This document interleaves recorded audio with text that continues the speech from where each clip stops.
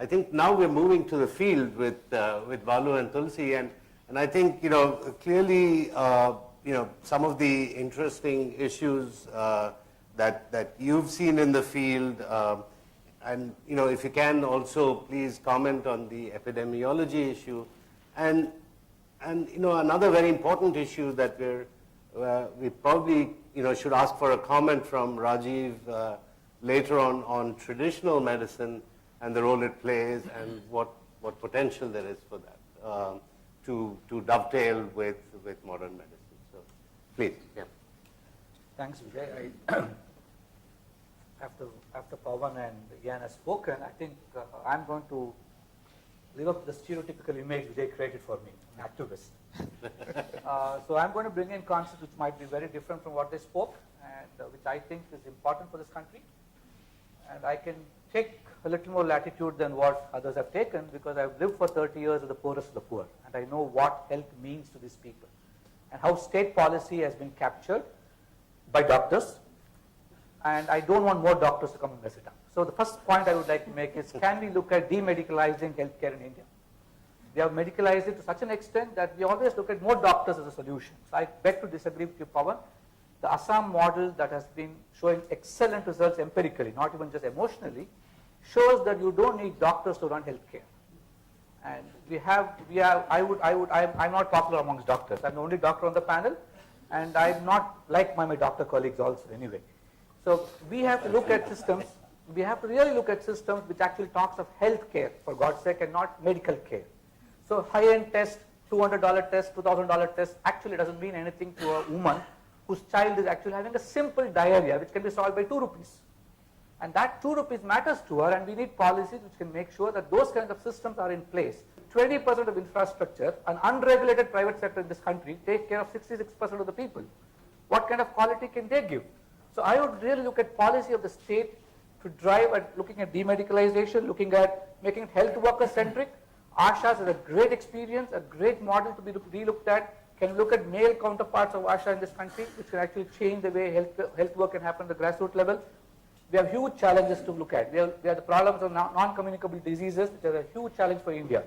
We have problems of an aging population. It's nice to say we are the youngest country in the world, but if you don't have a policy today which is going to look at the old tomorrow, we're going to have a challenge of palliative care. Unfortunately, in this country, palliative care is seen as care for cancer patients. It's about palliative care for everybody who needs that kind of care with terminal stages. And we need to redefine policies for palliative care. We need to look at, it's a tragedy that last year we had to negotiate with the government of India to relook at the policy of making available morphine to patients for pain relief. And it is not the health ministry we are talking to. It's the Ministry of Revenue. So morphine management is not helping. And I had to sit to the finance minister telling him data which doesn't want to listen. Because he's only looking at how much money comes in from morphine sales. He doesn't look at how much of pain can you alleviate. So we need to move away these kind of policies back to health ministry where it belongs. Today we can't talk of a generic drug policy because pharma policy is made by the Minister of Fertilizer and Chemicals.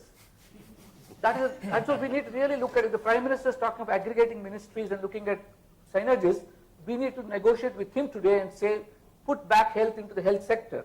And first of all, we made a huge mistake 30, 40 years ago segregating health and family welfare. I think it's a big tragedy that this country has to endure.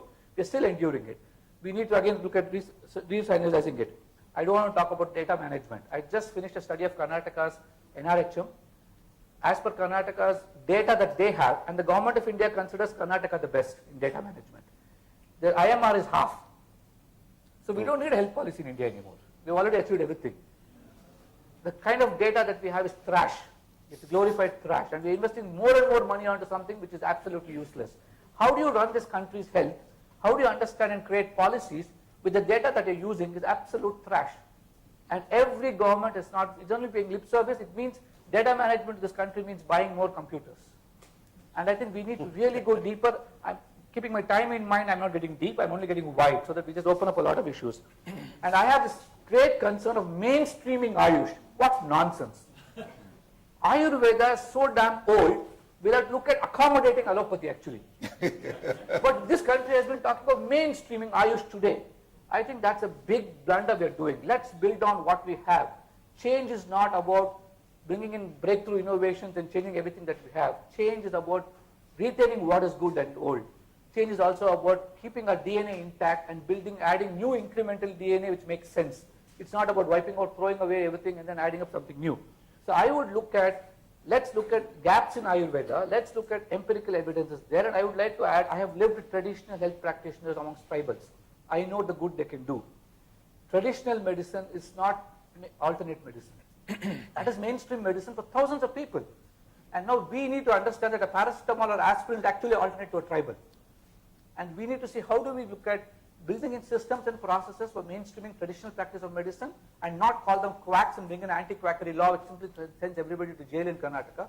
We have 70,000 traditional health practitioners in Karnataka. You put them to jail, you'll have a healthcare vacuum in the state. They are the ones who actually provide healthcare in rural Karnataka. Let's look at it. Let's not run away from it. How do you use them? How do you actually use them to make the systems better?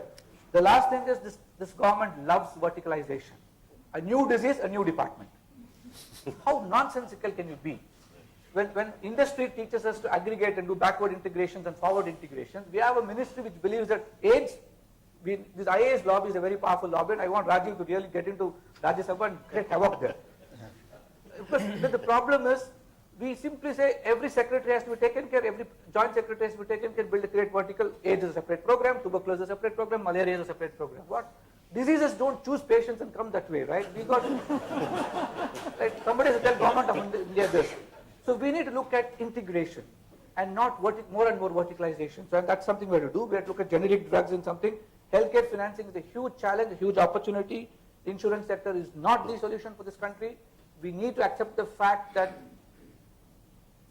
let's look at India as a whole, structurally. 20% of India, top part of India, which goes into Bangalore's corporate hospitals, they produce 85% of India's wealth. Obviously, they don't need the government. But I'm more concerned about others. The bottom 20% of India, they contribute 1.5% of India's wealth. And 70% of people who get out of poverty slip back into poverty because of a health anecdote in their families. And if the state does not have a strong policy to protect the poor, and I like what Rajesh said in an earlier comment, the earlier government had its heart linked to the poor, but it had a bad implementing mechanism which messed up around the country. You don't strengthen the structural framework of delivery in this country, the last mile problem. You can bring in any amount of schemes, you can bring in the greatest minds in this room together, you can get any greater minister together, but you're not going to solve the problem. So we have to really look at that, and harmonizing resources is one. Finally, the medical curriculum. What are we studying? What I have studied is junk. It doesn't even answer my problems today. I studied it 35 years ago, but it hasn't changed even now.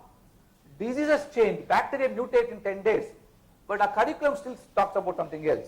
So we really have to move on. Integrative medicine is a reality we need to accept in India. India could be a world leader. So coming back to the next question you asked, how do you set standards globally? We have so much to offer the world, and we can really look at it. It's not about re-engineering medicines and molecules and then finding a backdoor entry to sell it in Africa. It's not that. It's about redefining the paradigm of healthcare itself. It's a great opportunity for India, and we can apply it. And lastly, I've not run out by 5 minutes, right? Technology is not more and more advanced Tesla machines for MRI. It's a big misnomer that we have. Again, what are we spending our monies on? I am not against CT machines and MRIs and all that. We need it. There's a place for that. But let's look at utilitarian concepts of the greatest good for the greatest number. How many things can an ultrasound scan do? How many things can an MRI do? What in rural India needs more? What do people need more? What are technologies that we can handle? We have breakthrough innovations today, which possibly Vijay and others can talk more about. A simple sweat can give us so many results in rural India. Can we look at paradigm shift in the way we manage newborn care, which only costs $10 to make? Or Arvind's model can be replicated in other ends of other ways of looking at it. And globally, we are all fashion conscious. Whatever fashion statement WHO declares, we imitate. Till 10 years ago, the fashion statement of WHO was social determinants of health. India simply went behind. We make a committee, we put Jeffrey Sachs and others there, including me. We write a nice report and everybody forgets it. Today, the fashion statement is universal health coverage. And everybody is jumping onto the bandwagon. So can we just take a pause and relook at redefining the problem first? The problem of India cannot change based on WHO's perception. I think the problem of India has to be recognized by policy experts within this country. Define the problem properly, otherwise the solutions are going to be band-aids which will never work. We have a huge network across the country. Public-private, to me, it matters because public are the only ones whom the poor can go to. So to me, it's a huge concern that I come from the non-profit sector. I've been outside the public system. I used to fight the public system, sue them. But now, despite all that, I would say India needs the public healthcare system. We cannot do without it. That's my strong thing. And technology doesn't mean MRIs. I think using technology differently. Now, we ourselves have developed applications and systems on mobile phones. Every Indian has got a mobile today, where you can monitor healthcare. It's not about new diagnostic tests. It's also about how do you monitor the system. How do you ensure that the last man down the line actually can walk into primary health center and get stuff. Harmonize resources. Karnataka's example, we have 2,200 primary health centers in the state. It's not that we have less. We only need 1,700. We have 500 centers more than what we need. And what are we doing with them? Can the state have the political will? Can the present chief minister, whose own district has got 81 primary health centers in excess, have the courage to shut it down? He will not. He can't walk into his constituency again. That's the truth. So it's not just policy, it's also politics. Let's not run away from it. Mysore district, where I come from, has got 81 surplus primary health centers. The places where poor health indicators are there in northern Karnataka, they service population of 65,000 per primary health center. Mysore district services 2,000. Now, it's not resources, it's harmonizing resources, putting them where it matters. And finally, the last word for Government of India, if anybody is listening, for once, let's move away from this faulty funding which is driven by facility-based funding. Every primary health center gets 20-25 lakhs. It doesn't work that way. If a primary health center in Bagalkot services 65,000 people and gets the same 25 lakhs, and a primary health center in Mysore services 2,000 people and gets the same 25 lakhs, it doesn't make sense. But Government of India doesn't listen, Government of Karnataka doesn't listen. Can we move from a facility-based funding to a per capita-based funding? That can change health outcomes enormously. So policies, like we can give prescription. This present government also asked me for a prescription. Like every government, I trust them and they give it, and then they keep it. Thank you.